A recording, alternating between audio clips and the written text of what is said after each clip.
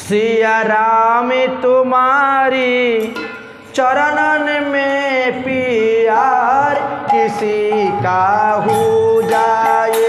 सिया राम तुम्हारी चरणन में प्यार किसी का हो जाए।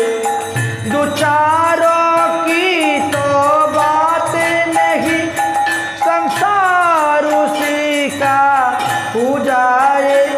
सिया राम तुम्हारी चरणन में प्यार किसी का हो जाए। सिया राम तुम्हारी चरण की आरती पूजा के हरे।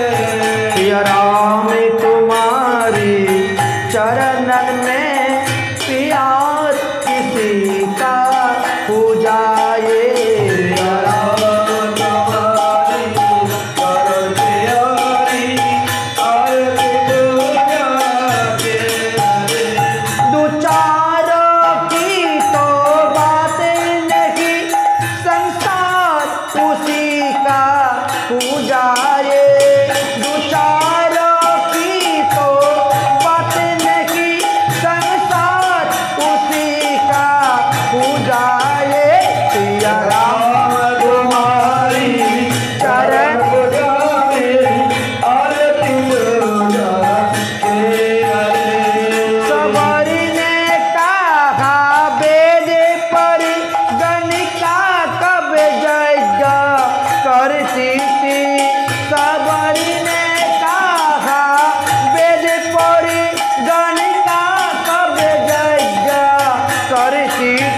जिसमें छल दृष्टि से नहीं, भगवान उसी का हो जाए।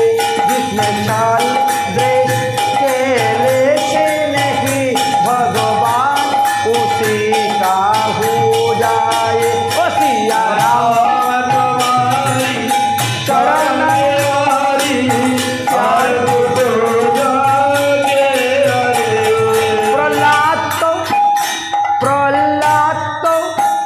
प्रहलाद तो छूटा बालक था, पर प्यार किया परमेश्वर को। जब और संसार होकर क्या लेना देना, एक बार प्रभु का हो जाए। सिया राम तुम्हारी चरण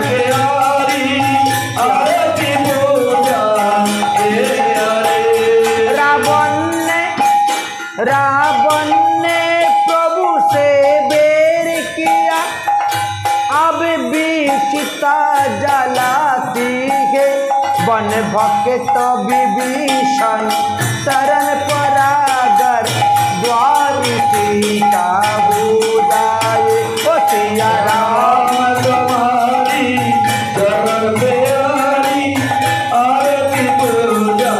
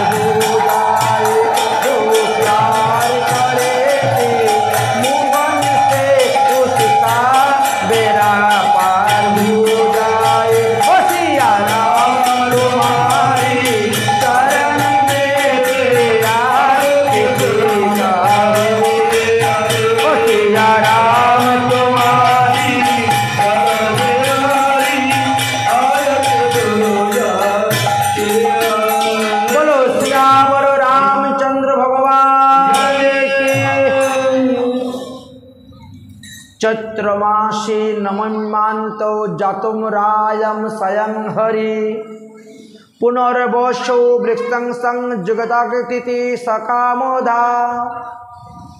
তাহলে চৈত্র মাসে শুক্লপক্ষের নবমী তিথিতে পুনর্বসু নক্ষত্র যুগে মধ্যাহ্নকালে ভগবান রামচন্দ্র অবতীর্ণ হয়েছিলেন। সুখদেব গোস্বামী পাদ বললেন, এই রামচন্দ্র হলেন ভগবান শ্রীকৃষ্ণের অংশ অবতার। রামচন্দ্র স্বয়ং ভগবান নহেন, ইনি অংশ অবতার। এবং তিনারই অংশাংশ রূপে ভরত, শত্রুঘ্ন, লক্ষ্মণ এরাও জন্মগ্রহণ করেছিলেন। 4 ভাই শশীকলার ন্যায় বড় হতে শুরু হলেন। একটু বড় হওয়ার পরেই তাদেরকে গুরুকুলে পাঠিয়ে দিলেন। 15 বৎসর বয়সে গুরুকুল থেকে ফিরে আসলেন। এইবার বিশ্বামিত্র মুনি এসেছেন দশরথ মহারাজের কাছে, তোমার পুত্র রামকে আমার কাছে দাও, আমি এক যজ্ঞ করতেছি। সেই যজ্ঞটা না তারকা রাক্ষস নিয়ে এসে নষ্ট করে দিচ্ছে। আমি তো যজ্ঞ করতেছি, যতক্ষণ যজ্ঞ করার চলবে ততক্ষণ কোনো প্রাণীকে হিংসা করা যাবে না। এই জন্য তারকা রাক্ষস নিয়ে আমি মারতে পারবো না, রামচন্দ্রই পারবেন, একমাত্র তাকে দিয়ে দাও। ভগবান রামচন্দ্রকে দিলেন, সঙ্গে লক্ষ্মণও গেলেন। রাম লক্ষ্মণকে জিজ্ঞেস করলেন, তোমরা এতদিন গুরুকুলে থেকে কি শিখেছ, কি কি বিদ্যা শিখেছ? এতে হবে না, আরও বিদ্যা শিখতে হবে তোমাদেরকে, আরও বেশি করে দিব্য অস্ত্র বিদ্যা শিক্ষা গ্রহণ করতে হবে। বৈশিষ্ট্য মুনি, বিশ্বামিত্র মুনি আবার শিক্ষা দিলেন। গেলেন, তারকা রাক্ষসকে বধ করলেন। এবার ভগবান রামচন্দ্র ফিরে চলে আসবেন অযোধ্যাতে। এমন সময় হস্তিনাপুর থেকে জনক রাজার কুলগুরু শতানিক গৌতম মুনির পুত্র একখানা পত্র পাঠিয়েছেন। হে বিশ্বামিত্র মুনি, জনকপুরে জনককন্যা সীতা দেবীর স্বয়ম্বর সভা হবে, ওতে আপনি আপনার শিষ্যদেরকে নিয়ে এসে উপস্থিত হন। কারণ এখানে অস্ত্র পরীক্ষা হইবে, বলবীর্য পরীক্ষা হইবে। সেই রকম বলবীর্য সম্পূর্ণ ব্যক্তির কাছেই তো বিবাহ দেওয়া হবে। যে হরধনু ভঙ্গ করতে পারবে তার কাছে সীতার বিবাহ হইবে। অতএব আপনার আসুন। এই কথা শ্রবণ করে রাম লক্ষ্মণকে বললেন, তাহলে এখন আর অযোধ্যায় যাওয়ার দরকার নেই, চলো এবার আমরা যাই। গেলেন, সেখানে ভগবান রামচন্দ্র হরধনু ভঙ্গ করলেন, সীতাকে বিবাহ করলেন। সংবাদ গিয়ে পৌঁছল অযোধ্যাতে। অযোধ্যাবাসীগণ বরযাত্রী সেজে আসলেন। রাম লক্ষ্মণ ভরত শত্রুঘ্ন 4 জনই বিবাহ করলেন। 6 মাস শ্বশুর বাড়িতে ছিলেন। প্রতিদিন স্বর্ণ থালায় অন্ন সেবন দিয়েছেন। একবার অন্ন খেলে পরে সেই থালা ফেলে দিতেন, আবার নতুন থালার মধ্যে অন্ন ভোজন হইত। এরকম প্লাস্টিকের 1 টাইম থালা নয়, স্বর্ণের থালা। তাহলে জনক রাজার কত স্বর্ণের থালা ছিল চিন্তা করেন তো। 6 মাস পরে যখন রওনা হয়েছেন, তখন রাস্তায় মরিচ রাক্ষস ধরল। ভগবান রামচন্দ্র এক বাণ দিয়েছেন, তাকে লঙ্কায় ফেলে দিয়েছিলেন মারিচকে। জয়ন্ত ইন্দ্রের ছেলে সীতার রূপ দেখে আশ্চর্য করতে পারল না। সে কাকের রূপ ধারণ করে আসতে সীতার গায়ে চঞ্চু মারতে। ভগবান রামচন্দ্র দিলেন বাণ, তার চোখ একটা কানা করে দিলেন। যা আসলেন। ভরত শত্রুঘ্ন বড় আনন্দ, বিয়ে হয়েছে, বউকে নিয়ে এখন মামার বাড়ি ঘুরতে যাব। যাও, নতুন নিয়ে মামার বাড়ি ঘুরতে গিয়েছেন। রাম আর লক্ষ্মণ এরা অবস্থান করতেছেন অযোধ্যাতে। মহারাজ দশরথ চিন্তা করলেন, আমার কোন দিন নিঃশ্বাসের বিশ্বাস নেই, মরে যাব, অতএব রামকে আমি রাজা করে যাব। সমস্ত দেবগণ চিন্তার মধ্যে পড়ে গেছেন, রামচন্দ্রকে যদি রাজা করেন তাহলে রামচন্দ্র যে পৃথিবীর বার হরণ করার জন্য গিয়ে অবতীর্ণ হয়েছে, সেই কাজ হবে কেমন করে। অতএব রাম যাতে রাজা না হয় তার একটা ব্যবস্থা করতে হবে। কাকে দিয়ে কাজ করানো যাবে? মন্থরাকে দিয়ে। এই জন্য মন্থরার কণ্ঠে দিকে সরস্বতী দেবী গিয়ে বসলেন, উনি কথা বলাচ্ছেন। দশরথ মহারাজ তো ঘোষণা করে দিয়েছেন আগামী কল্য রাম রাজা হবে। এমন সময় কৈকেয়ী দেশ থেকে এসে উপস্থিত হয়েছেন মন্থরা। কেকইকে যিনি লালন পালন করে বড় করেছেন, এত আদরের। কিরে কেকই, তুই এত আনন্দিত কেন? কৈকেয়ী তেনার আসল নাম, শুদ্ধ ভাষা। ডাকেন, ডাক নাম, মানুষের একটা ডাক নাম থাকে না? হ্যাঁ। আর বলিস না কালকে রাম রাজা হবে তাই আনন্দ। দূর পাগলি, রাম রাজা হলে কৌশল্যা হবেন রাজমাতা, এতে তোর কি আনন্দ রে? যদি তোর ছেলে রাজা হয় তবে তো না তোর আনন্দ, তুমি হবে রাজমাতা। থাক, রাম তো আমারই ছেলে। আরে রাম তোমার ছেলে হলে কি হলো? রাম তো তুমি পেটে ধরো নাই, রামকে পেটে ধরেছে কৌশল্যা। যদিও রাম তোমাকে মা বলে ডাকে, তোমাকে আদর করে, তোমাকে ভালোবাসে, তোমার কোলে ঘুমায়, তোমার হাতে খায়, তথাপিও রাজমাতা কিন্তু কৌশল্যাই হবেন, তুমি রাজমাতা হবে না। বারবার স্পর্শ করতেছে, বারবার কথা বলতেছে, মন ফিরে যায়। এটা তো বাল্মীকি রামায়ণের কথা বা কীর্তিবাসী রামায়ণের কথা, কিন্তু বৈশিষ্ট্য রামায়ণে দেখা যায় তার বিপরীত। বৈশিষ্ট্য রামায়ণে দেখা গেল সেখানে লেখা আছে যে ভগবান রামচন্দ্র চিন্তার মধ্যে পড়ে গেছেন, আমি যদি রাজা হই তাহলে তো পৃথিবীর বার হরণ করা হবে না। এই জন্য তিনি সন্ধ্যার পরে সূর্য নদীর তীরে গিয়ে বসে চিন্তা করতেছেন এবার কি করা যায় উপায়। কৈকেয়ী তো রামকে ভরত থেকে বেশি ভালোবাসেন। রামের ঘরে গিয়ে দেখেন রাম নেই, এই জন্য তিনি পাগলের মতো রামকে খুঁজতে বেরিয়ে গেছেন। খুঁজতে খুঁজতে গিয়ে সূর্য নদীর তীরে পেয়েছেন রাত্রে 10টায়। একই পুত্র, তুমি নদীর তীরে বসে গালে হাত দিয়ে কি ভাবতেছ কেন? বলে মা কালকে তো আমাকে রাজা হতে হবে। হবে, ভালো তো, আনন্দের কথা। না গো মা, আমি যে কার্য সিদ্ধি করার জন্য পৃথিবীতে এসেছি সেই কার্য আমার সিদ্ধি হবে না যদি আমি রাজগদ্দি নিয়ে বসে থাকি। যেন তেন প্রকারেণ এই রাজা হওয়ারটা ক্যান্সেল করতে হবে আমার। কি করা যায়? ও মা তুমি এক কাজ করো না, আমার বদলে ভরতকে দিয়ে দাও, ভরতকে রাজগদ্দিকে বসাও। ওরে তোর বদলা যদি ভরতের জন্য রাজ্য চাই, ভরত কিন্তু আমাকে ত্যাগ করে দিবে। ভরত তোকে এত ভালোবাসে, তোকে ভগবানের মতন দেখে, ভাতৃপ্রেম থাকলে ভরতেরই ছিল। যদি শুনতে পায় তাহলে সে আমাকে ত্যাগ করে দিবে, সে আমাকে মা বলে ডাকবে না। বলে তাই করতে হবে। কৈকেয়ী বলছেন ঠিক আছে পুত্র, তোমার সুখের জন্য আমি এই কলঙ্ক মাথায় নিতে রাজি। এই জন্য কৈকেয়ী চলে আসলেন বাড়িতে।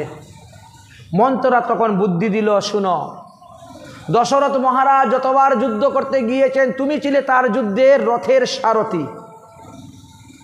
2 বার 2 জায়গায় দশরথ মহারাজ যুদ্ধেতে পরাজিত হয়েছিলেন, বাণের আঘাতে মূর্ছিত হয়ে গিয়েছিলেন। তুমি তাকে রক্ষা করেছিলে, তাকে সুস্থ করেছিলে। তখন তোমার কাছে বলেছিলেন তুমি বর চাও, এই তো সুযোগ। আজকে তুমি গিয়ে বলো এক বরে ভরতের দেহ সিংহাসন, অন্য বরে রামচন্দ্রকে পাঠাও কানন। সুযোগ এটাই আছে। তখন তিনি গিয়ে উপস্থিত হলেন, বললেন ভরতকে সিংহাসন দিতে দশরথ মহারাজের কোনো আপত্তি ছিল না, কিন্তু রামচন্দ্রকে বনে পাঠাইতে আপত্তি। এই জন্য সেই চিন্তা করতে করতে দশরথ মহারাজ বিছনায় শয্যাশায়ী হয়ে গেলেন। ভগবান রামচন্দ্র বলছেন পিতৃসত্য রক্ষা করার জন্য আমি যাব। রঘুকুল নীতি এরকমই, প্রাণ যায় বচন নাহি যায়। ঠিক আছে আমি চললাম। ভগবান রামচন্দ্র যখন রওনা হয়েছেন যাবেন, তখন লক্ষ্মণ বলছে দাদা আমি তোমার সঙ্গে যাব।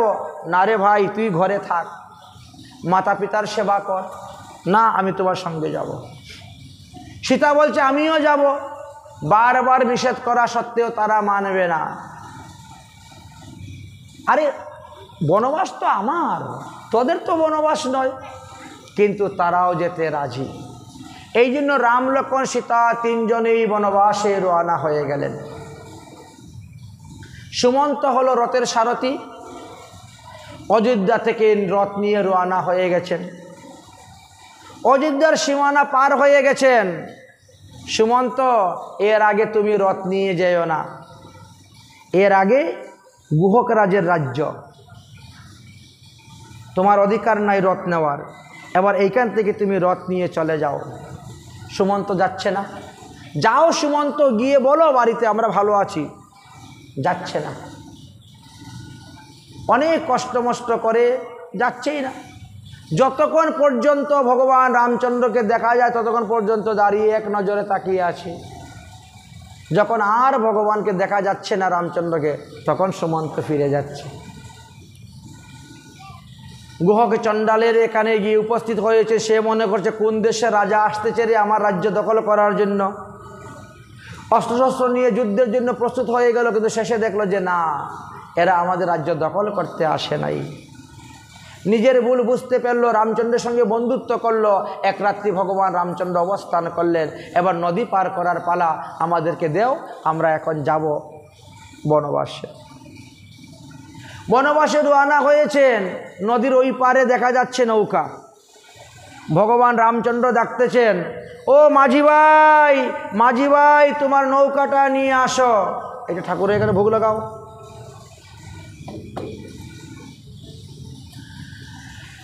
হে ভগবান, ভগবান রামচন্দ্র বারবার ডাকা সত্ত্বেও মাঝি আসতেছে না।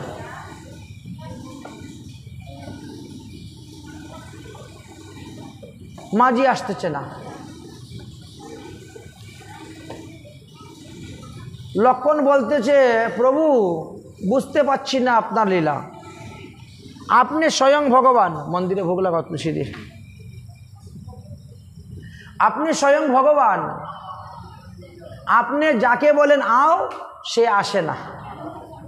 যাকে বলে যাও, সে যায় না। এ আবার কেমন লীলা? বলে আর বলিও না। তুলসী দিয়ে দেও শুধু। বলে আও বললে আসে না, যাও বললে যায় না। বলে দেখো, আমার তো প্রথমেই গন্ডগোল। আমি যখন তোমাকে বলেছিলাম লক্ষ্মণ তুমি আমার সঙ্গে আসিও না, তুমি কি শুনলে আমার কথা? শুনলে না।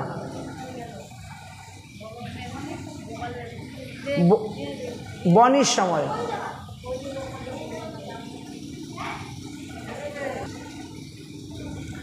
ভগবান রামচন্দ্র ডাকতে ডাকতে এইবার মাঝি এসেছে। ও মাঝি ভাই, তোমাকে এতক্ষণ ধরে ডাকতেছি, তুমি আসছো না কেন? মাঝি বলছে, প্রভু তোমাকে ডাকলে কি তুমি আসো? তোমাকে ডাকতে ডাকতে কত পুরুষের মানুষ মরে যায়, তুমি তো আসো না।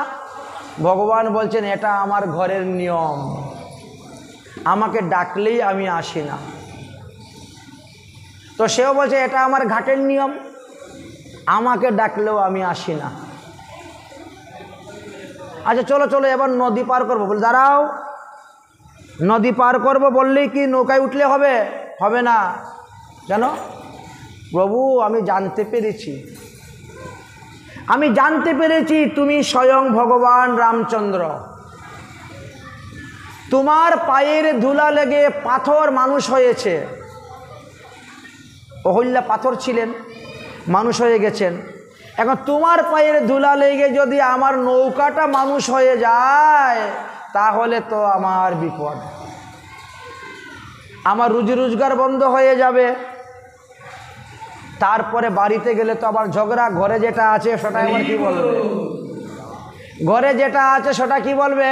এই নৌকা বিক্রি করে বিয়ে করে আবার বউ নিয়ে এসেছে নতুন, কি অশান্তি। অতএব দাঁড়াও, আগে তোমার চরণটা ভালো করে ধুয়ে নিই, তারপরে তোমাকে নৌকায় উঠাবো। ভগবান রামচন্দ্রের চরণ ভালো করে ধৌত করতে শুরু করেছে। উঠাও পাও, চরণ ধোয়াচ্ছে। এক পা উঠিয়ে ভগবান দাঁড়িয়ে আছেন, আর কত দাঁড়াবো রে, আমার মাথায় ধরে দাঁড়াও। এইভাবে শুরু হয়েছে। ভগবান রামচন্দ্রের চরণ ধৌত করে চরণটাকে কুলে নিয়ে এবার নৌকায় তুলে, চলো এবার পার করাও। হবে না, আপনার আগে যারা এসেছে তাদেরকে আগে পার করাবো, তারপরে আপনাকে পার করাবো। ভগবান রামচন্দ্র বলছে, কই আমাদের আগে তো কেউ আসে নাই ঘাটে, আমাদের আগে কেন কে এসেছে পার করাবেন? বলে আপনাদের আগে এসেছে আমার পিতৃপুরুষগণ। আমার পিতৃপুরুষগণ গতকালকে রাত্রেই স্বপ্নে এসে বলে দিয়েছেন আগামীকাল সকালে ভগবান রামচন্দ্র আসবেন নদী পার হতে, তুমি তার চরণ ধৌত করিয়া সেই চরণামৃত দিয়ে আমাদের তর্পণ করবে, তবে আমরা আগে পার হয়ে যাব, আর তারপরে রামচন্দ্রকে পার করবে। এই জন্য আগে পিতৃপুরুষকে তিনি উদ্ধার করলেন, পার করে দিলেন ভবসাগর, তারপরে তিনি পার করলেন রামচন্দ্রকে। ভগবান রামচন্দ্র পার হলেন, পার হয়ে রওনা হয়েছেন। এবার তিনি চিত্রকূট পর্বতে গিয়েছেন। এদিকে ভরত আসলেন, বাবার অন্ত্যেষ্টিক্রিয়া করলেন, শ্রাদ্ধ করলেন, তারপর রামচন্দ্রের খুঁজে আসলেন। চিত্রকূট পর্বতে ভরত আর রামচন্দ্রের মিলন হলো। সেই দিন জানতে পারলেন তিনার বাবা মারা গিয়েছেন। অনেক চেষ্টা করা সত্ত্বেও ভরত রামচন্দ্রকে ফিরিয়ে আনতে পারল না, বরং রামচন্দ্রের পাদুকা তিনি পেলেন। সেই পাদুকাকে নন্দীগ্রামে রেখে দিয়ে তিনিও রাজত্ব করতে শুরু করলেন। মাটিতে বসে, মাটিতে শয়ন করে, খালি পায়ে হেঁটে, ফলাহার করে রাজত্ব করতে শুরু করলেন। চিত্রকূট পর্বতে যে সমস্ত মুনি ঋষিগণ ছিল তাদের মধ্যে অহংকার ছিল, আমরা এত হাজার বছর ধরে ভজন করছি, ভগবান আসলে আগে আমাদের বাড়িতে আসবেন। কিন্তু ভগবান রামচন্দ্র কোন মুনি ঋষিদের বাড়িতে না গিয়ে তিনি সৌবরী ঋষির বাড়িতে, মুনির বাড়িতে, শবরী বুড়ির বাড়িতে গিয়েছিলেন। শবরী বুড়ির উচিষ্ট বের ভগবান প্রসাদ পেয়ে সেখান থেকে রওনা হলেন। বলে আরও দূরে চলে যেতে হবে, নাহলে পাগলা ভরত আসবে আবার নিয়ে যাওয়ার জন্য। এবার ভগবান রামচন্দ্র রওনা হয়েছেন। যাবেন কই? গোদাবরী নদী পার হয়ে পঞ্চবটী বন, যে বনে শূর্পণখার নাক কেটে ফেলেছিলেন বলে নাসিক হয়েছিল। ভগবান পঞ্চবটী বনেতে গিয়ে উপস্থিত হয়েছেন, সেখানে কুটিয়া বানিয়েছেন। শূর্পণখা এসেছেন আকাশমার্গে, রামচন্দ্রকে বিয়ে করতে চলেন। রামচন্দ্র বলছেন আমার প্রতিজ্ঞা আছে, আমার এক স্ত্রী থাকতে আমি দ্বিতীয় স্ত্রী গ্রহণ করব না, আমার একটাই বিবাহ হবে এই জন্য। যাও তুমি লক্ষ্মণের কাছে। লক্ষ্মণ তো বিয়ে করলো না, বরং আরও নাক কেটে দিল। তো এই প্রতিশোধ নেওয়ার জন্য খরদূষণের কাছে গেলেন। খরদূষণ এক অক্ষয়িনী লোক নিয়ে আসলো, যুদ্ধ করলো, মারা গেল। রাবণের কাছে সংবাদ পৌঁছল, রাবণ মরিচকে পাঠালেন, মারিচ নামক রাক্ষসকে পাঠালেন, যাও তুমি যেভাবে হোক তুমি মৃগরূপ ধারণ করে রাম লক্ষ্মণকে ঘরের বাহির করে দাও, আমি যাব সীতাকে হরণ করতে। ভগবান রামচন্দ্র তো সবই জানেন, তাই তিনি ব্রহ্মাকে আহ্বান করলেন। ব্রহ্মাজি অগ্নি নিয়ে এসে উপস্থিত হয়েছেন। এবার সীতাকে, আসল সীতাকে তোমার কাছে রাখো, আর নকল সীতা আমাকে দাও, আমি তাকে ঘরে রাখব। লক্ষ্মণ এই ব্যাপারে কিছুই জানতেন না। আসল সীতাকে ব্রহ্মার কাছে দিয়ে দিলেন, আর নকল সীতাকে ঘরের মধ্যে রেখে দিলেন। পরের দিন সকালে ওই নকল সীতা পুষ্প চয়ন করতে গিয়েছেন, আর মৃগ দেখে তিনি বলছেন, ওগো আমাকে স্বর্ণ মৃগটা ধরে দাও না। ভগবান রামচন্দ্র মৃগ ধরতে ধরতে দূরে চলে গেলেন। মায়া সেই মারিচকে তিনি বধ করলেন। মারিচ মৃত্যুর সময়ে রাবণের উপকার করে দিয়ে গেলেন, যার নুন খেয়েছে তার গুণ গাবেন। চিৎকার করলেন, ওরে ভাই লক্ষ্মণ, দেখো সমস্ত ওষুধরা আমাকে ঘেরে মেরে ফেলতে, তুমি আমাকে বাঁচাও। সেই নকল সীতা বলছেন, যাও তোমার ভাইকে রক্ষা করার জন্য তুমি যাও লক্ষ্মণ। লক্ষ্মণ তখন রেখা কেটে গণ্ডি দিয়ে বললেন, এই গণ্ডির বাইরে তুমি যাবে না, আমি যাচ্ছি। লক্ষ্মণ চলে যাওয়ার সঙ্গে সঙ্গে রাবণ সাধু বেশ ধারণ করে আসলেন। ভিক্ষাং দেহি, সীতা তখন চিন্তা করলে সাধুদেব আসছে, ভিক্ষা দিতে হবে। ফলমূল ভিক্ষা নিয়ে যখন গণ্ডির বাইরে চলে গেলেন, রাবণ তখন সাধু বেশ ত্যাগ করে অসুর বেশ ধারণ করে সীতার হাত ধরে টান দিয়ে তুলেই রথের মধ্যে নিয়ে রওনা হয়ে গেল। সীতা বাঁচাও বাঁচাও করে চিৎকার করলেন, কিন্তু কে তিনাকে বাঁচাবে, প্রাণ রক্ষা করবে কেউ নেই। যদিও রাস্তায় জটায়ু পাখি এসেছিল বাঁচানোর জন্য, কিন্তু তারও পাকা কেটে পড়ে গেল, সে পড়ে গেল। যদিও হনুমান শুনেছিল, কিন্তু হনুমান বলতে কার স্ত্রী কে নিয়ে যাচ্ছে হরণ করে, আমার এত মাথা ব্যথা কেন, আমি আমার ভজন করি। তাই তিনি ভজনের মধ্যে ব্যস্ত ছিলেন। আর দ্বিতীয়ত তাদের ভয় ছিল যে যদি বালি জানতে পারে, দেখতে পারে, তাহলে বিপদ হবে। বালির ভয়ে তখন তারা আত্মগোপন করেছিল, তো এই জন্য তারা লুকিয়েছিলেন। যাই হোক, ভগবান রামচন্দ্র লক্ষ্মণ আসলেন, এসে দেখেন সীতা হরণ হয়ে গিয়েছে। সীতাকে খোঁজার জন্য বেরোলেন। এমন সময় মহাদেব আর পার্বতী আকাশমার্গে যাচ্ছেন। পার্বতী এই দৃশ্য দেখে বড় দয়ার উপস্থিত হয়ে গেল। পার্বতী বলছেন, ওগো, তোমার শিষ্য তো রাবণ, তুমি লঙ্কায় গিয়ে সীতাকে নিয়ে আসো, আর আমি ততক্ষণ সীতার রূপ ধারণ করে প্রভুর কাছে থাকে, প্রভুর মনোরঞ্জনটা করে দেই। পার্বতী সীতার রূপ ধারণ করে গিয়ে উপস্থিত হয়েছেন। এই তো আমি এখানে পুষ্পচয়ন করতেছি, কি হলো, এত ডাকাডাকি চেঁচাচেঁচি করছো কেন গো? ভগবান রামচন্দ্র বলছেন, একই জগদম্বা উমা, তুমি সীতার রূপ ধারণ করে কেন আমার কাছে আসতেছ? যাও তুমি শঙ্করের কাছে। এমনি লজ্জা পেয়ে দিয়েছে দৌড়। যেই দৌড় দিয়ে গিয়েছে, মহাদেব বলছে, খবরদার, তুমি আর আজকে থেকে আমার বামে বসতে পারবে না। কেন? তুমি আমার প্রভুর স্ত্রীর রূপ ধারণ করেছ, আর স্থির অধিকার তোমার সঙ্গে আমার রইল না। আজকে থেকে তোমার আসন আলাদা, আমার আসন আলাদা, আর দুজনে এক আসনে বসতে পারবো না। এই জন্য ভুলে বাবার মন্দিরে গেলে দেখবেন ভুলে বাবা একা বসে থাকে, ওনার সঙ্গে পার্বতী দেবী বসেন না। তার কারণটাই হলো এটা। যাই হোক, এখন কী করবেন, ভালো করতে গিয়ে খারাপ হয়ে গেল, হিতে বিপরীত। রওনা হয়েছেন ভগবান রামচন্দ্র, খুঁজতে খুঁজতে সামনে গিয়ে তিনি পেলেন গরুর জটায়ু পাখিকে। তার কাছ থেকে সংবাদ পেলেন, তাকে দাহ সংস্কার আদি করলেন, করে গেলেন। হনুমানের সঙ্গে সাক্ষাৎ হলো। হনুমান নিয়ে গেলেন সুগ্রীবের কাছে, সুগ্রীবের সঙ্গে বন্ধুত্ব স্থাপন হলো, বালিকে বধ করলেন। তারপরে 4 মাস বর্ষাকাল। বর্ষাকালের পরে সীতাকে অন্বেষণ করার জন্য বেরোনো হলো। সন্তপ্ত পাখির নিকট থেকে হনুমান খবর জানতে পেলেন এবং তিনি লঙ্কায় গেলেন। লঙ্কায় গিয়ে তিনি সীতাকে দর্শন করলেন এবং সীতার কাছ থেকে হাতের আঙ্গুটি নিয়ে আসলেন। হনুমানকে ধরলেন, ধরে তাকে বন্দি করেছিলেন। সবাই বলেন যে বানরের লেজ নাকি খুব আদরের লেজ। এই জন্য বানর একটু পরে পরে লেজ হাতায়, লেজটাকে হাতে নেয়, চুমু খায়, এই করে সেই করে। তাই বানরকে ধরেছেন, ধরে বলছেন ওর লেজের মধ্যে কাপড় দিলে, ঘি ঢেলে আগুন লাগিয়ে দাও, তার আদরের লেজটা পুড়ে যাক। আর হনুমানের লেজে কাপড় বাঁচতে গেছে, হনুমান তো ততই লেজ লম্বা করে। সবাই বলছে শালা মূর্খ বানর, জানে না লেজ যত লম্বা করবে অতটাই তো লেজ পুড়বে। লেজটা কম থাকলেই তো ভালো ছিল, লেজ লম্বা করছে। কারণ এত এত লেজ লম্বা করতেছে যে রাবণের ঘরের কাপড়ে আর পোষাচ্ছে না।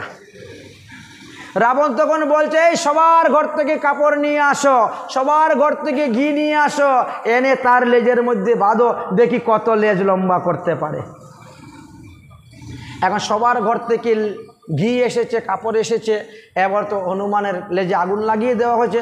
হনুমান চিন্তা করলো, সবাই যখন আমার লেজ পোড়ার জন্য চাঁদা দিয়েছে, তো তাদেরকে একটু প্রসাদ দিতে হবে, সবার ঘরেই আগুন লাগাতে হবে। তাহলে দুর্গা পূজা করতে গেলে সবাই চাঁদা দেয় না? তো রাবণ চাঁদা চেয়েছে, সবাই চাঁদা দিয়েছে। কি দিয়েছে? ঘি আর কাপড়। হনুমানের লেজের মধ্যে ঘি আর কাপড় সবাই দিয়েছে। কাপড় যখন দিয়েছো, ঘি দিয়েছো, একটু প্রসাদ নেও, আগুন প্রসাদ। এই জন্য সবার ঘরের মধ্যে গিয়ে বসতো আর সবার ঘরে আগুন লাগিয়ে স্বর্ণ লঙ্কা একদম। কিন্তু বিভীষণের ঘরে যায় নাই কেন? তার ঘর থেকে চাঁদা আসে নাই, বুঝলেন? তো আমরা যে কালী পূজার চাঁদা দেই, আপনি যদি 100 টাকা চাঁদা দেন কালী পূজার, 1 টাকাও মা কালীর নামের ভোগ লাগে কিনা নিবেদন জানা যায় না, কারণ মদ আর বাজি ফুটা নিতে চলে যায় টাকা। হরি বল। আপনাদের কালী পূজায় চাঁদা দেন না? ক্লাবে ক্লাবে কালী পূজা, আর কালী পূজা দেখবেন যত মধুরা বোতল বোতল মদ আসবে আর হাজার হাজার টাকার বম আসবে, দীপাবলির বম ফুটাতে হবে। তো মা কালীর সেবায় কয় টাকা লাগে বলেন তো? তো ওই চাঁদা যে দিয়েছেন প্রসাদ পাবেন না আপনারা? হনুমান যখন লঙ্কাতে তাদেরকে চাঁদার প্রসাদ দিয়েছিল, তাদের বুক প্রসাদ কি দিয়েছিল? আগুন। তো আপনারা তো সেই প্রসাদ তো পাবেন। এই জন্য বলছে দান করা তো ভালো, কিন্তু দান করতে হবে সৎপাত্রে।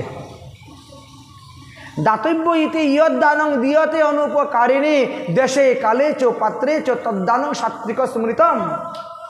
রাজস্বিক দান তামসিক দানে কোনো লাভ হবে না, দান করতে হবে সাত্বিক। এই জন্য বিভীষণের ঘরে আগুন লাগে নাই, একমাত্র লঙ্কার মধ্যে বিভীষণের ঘরটাই ছিল ভালো, আর সব লঙ্কা পুরো ছাইকার করে হনুমান চলে গেলেন।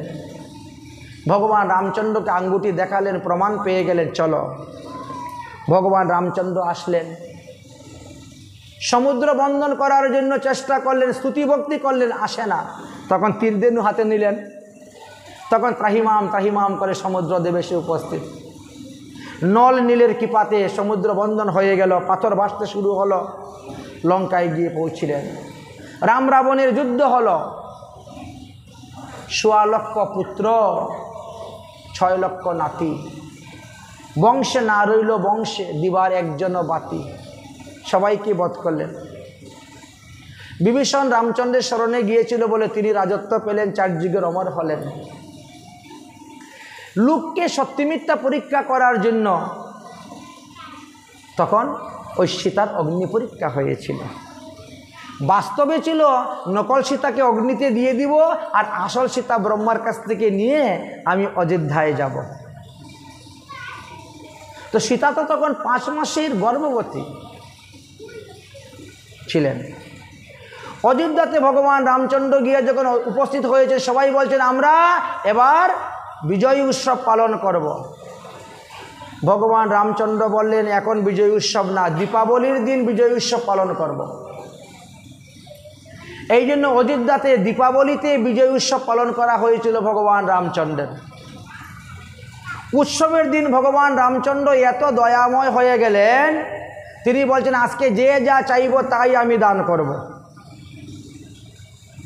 হনুমানকে বললেন তুমি 4 যুগের অমর,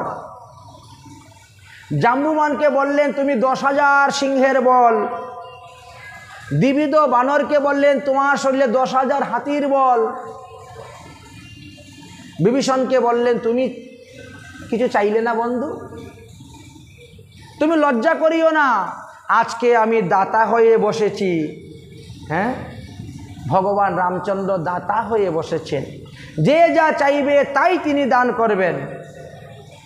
বিভীষণ বন্ধু তুমি লজ্জা করিও না, তুমি প্রাণ খুলে চাও, তুমি যা চাইবে আমি তোমাকে তাই দিব। তখন বিভীষণ বলছেন আপনাদের সূর্য বংশের কুলদেবতা রঙ্গনাথজি আমাকে দান করুন। সূর্য বংশের কুলদেবতা হলেন রঙ্গনাথজি।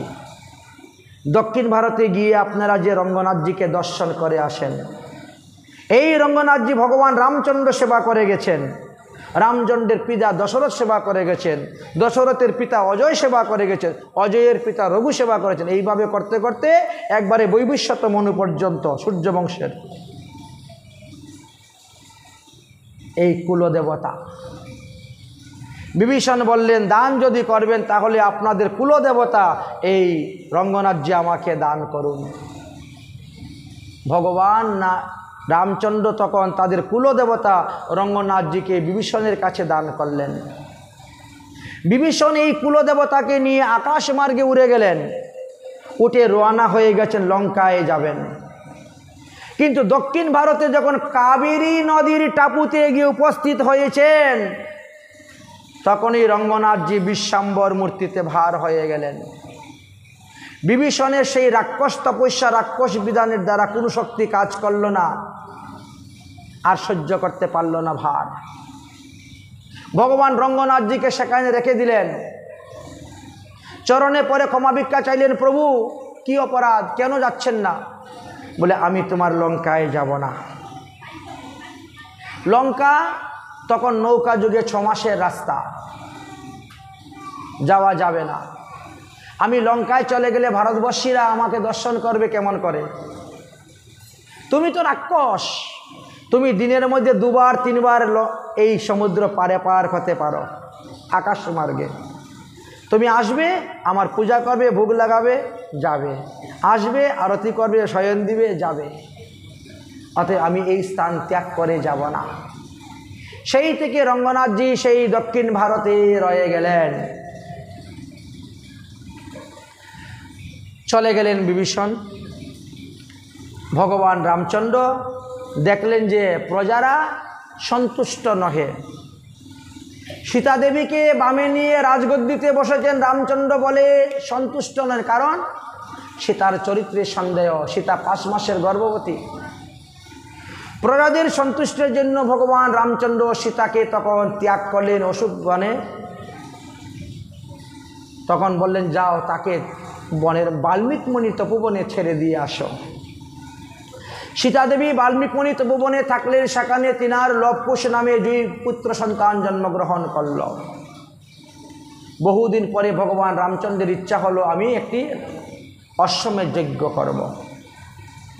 অশ্বমেধ যজ্ঞ করতে গিয়ে যখন ঘোড়াটাকে ছেড়েছেন, সেই ঘোড়া লবকুশ ধারণ করেছিলেন। এই লবকুশ বাল্মীকি মুনির নিকট থেকে অস্ত্রবিদ্যা শিক্ষা লাভ করেছিলেন। লবকুশের নিকটে রাম, লক্ষ্মণ, ভরত, শত্রুঘ্ন পরাজিত হয়েছিলেন। হনুমান বন্দী হয়েছিলেন। লবকুশ সেই হনুমানকে বন্দী করে নিয়ে সীতার কাছে উপস্থিত হয়েছিলেন। দেখো দেখো দেখো মা, আজকে একটা বানর ধরে এনেছি। সীতায় তো হনুমানকে দেখে চিনে ফেললেন, কি ব্যাপার? হনুমান তখন সমস্ত ঘটনা খুলে বললেন। সীতা দেবী তখন লবকুশকে বললেন, যা তাড়াতাড়ি, এই তো তুমি তোমার পিতাকে বধ করেছ, তোমার কাকাকে বধ করেছ, যাও। বলে, বধ করি নাই, তাদেরকে জম্বুক বান মেরে দিয়েছি, এরা সব মোহনিদ্রায় নিদ্রিত হয়ে আছে, যাও নিদ্রা ভাঙ্গাও। নিদ্রাভঙ্গ বান দিলেন, তারা উঠেছেন। পিতা পুত্রের মিলন হলো। বলছেন, চলো পুত্র, চলো সীতা এবার রাজধানীতে। সীতা বলছেন, আর না। আবার অগ্নি পরীক্ষা হবে না, আর দ্বিতীয়বার অগ্নি পরীক্ষাতে আমি যাব না। হে পৃথিবী দেবী, তোমার থেকে আমার জন্ম হয়েছে, অতএব তোমাতেই আমি লীন হব, তুমি আমাকে আশ্রয় দাও। পৃথিবী ফেটে গেল।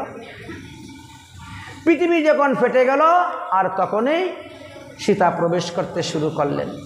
ভগবান রামচন্দ্র দৌড়ে গিয়ে চুল মুঠিতে ধরেছেন সীতাকে, কিন্তু সীতা পাতালে প্রবেশ করলেন, চুল রয়ে গেল হাতে, ফেলে দিলেন। তার থেকে দুব্বার উৎপত্তি হয়েছিল। এই জন্য দুব্বা দেবকার্যে ব্যবহার করা হয়। তাছাড়াও দুব্বাসুরের কথাও আলোচনা করা আছে। কালিকা পুরাণে লেখা আছে, দুব্বাসুর নামে এক অসুর ছিলেন। তিনার ঘোর তপস্যাতে ভগবান সন্তুষ্ট হয়ে বরদান দিয়েছিলেন যে দুব্বা ছাড়া ভগবানের পূজা হবে না। তাই সমস্ত দেবদেবীর কাজে আমাদের দুব্বার প্রয়োজন হয়ে থাকে। যাই হোক, সেই লবকুশ আসলেন এবং তিনি বিবাহ করেছিলেন এবং তাদের বংশ ক্রম অনুসারে চলছে। এই বংশেতে বহু রাজগণ এসেছেন। ভগবান রামচন্দ্র 11,000 বৎসর রাজত্ব করেছেন, আর 13,000 বৎসর তিনি অগ্নিহোত্র অবস্থায় ছিলেন। অর্থাৎ তিনি সবাইকে দেখেন, সবার কথা শুনেন, তাকে কেউ দেখতে পায় না। এইভাবে 24,000 বৎসর ভগবান রামচন্দ্র রাজত্ব করার পরে তিনি পৃথিবীধাম ত্যাগ করে তিনি মহাপ্রস্থান করে নিত্যধামে গমন করেছিলেন। এই কুশের পুত্রের নাম ছিল অতিথি, অতিথির পুত্রের নাম ছিল নিষদ, নিষদের পুত্রের নাম ছিল নভগ, নভগের পুত্রের নাম ছিল পুণ্ডরিক, পুণ্ডরিক পুত্রের নাম ছিল ক্ষেম। এইভাবে তাদের বংশ বৃদ্ধি হইতে শুরু হয়েছিল এবং তাদের বংশের শেষ রাজা, সূর্যবংশের যিনি শেষ রাজা ছিলেন তিনার নাম ছিল মরু। সূর্যবংশের শেষ রাজা মরু এখনও জীবিত আছেন আর তিনি কালাগ্রামে বসে তপস্যা করতেছেন। কলিযুগে যখন সূর্যবংশ নষ্ট হয়ে যাবে তখন তিনি প্রকট হবেন, হয়ে তিনি আবার সূর্যবংশের স্থাপন করবেন। এইভাবে আমরা সূর্যবংশের কথা অতি সংক্ষেপে আলোচনা করলাম।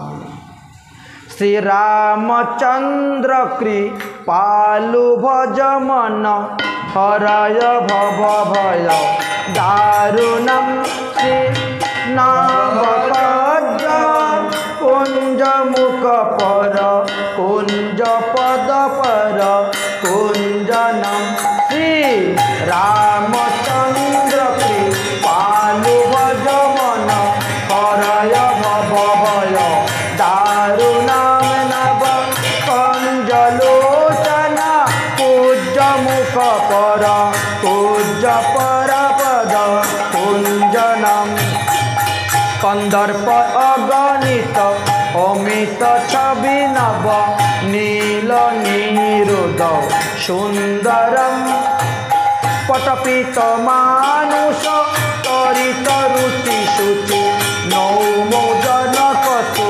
তাম্বরম ভজ দিন বন্ধু দীনেশ দানব দৈত্য বংশনী চন্দনম রঘুনন্দয়ানন্দ কৌশল্য চন্দ্র দশরথ নন্দনম শিরে মুকুট কুণ্ডল তিলক চারু দার অঙ্গ বিভূষণম আজানুভুজ শর চাপধর সংগ্রামজিত খর দূষণম ইতি বদতি তুলসীদাস শঙ্কর শশীমন রঞ্জনম মম হৃদয় রঙ্গ নিবাস কুরু কামাদি খল দল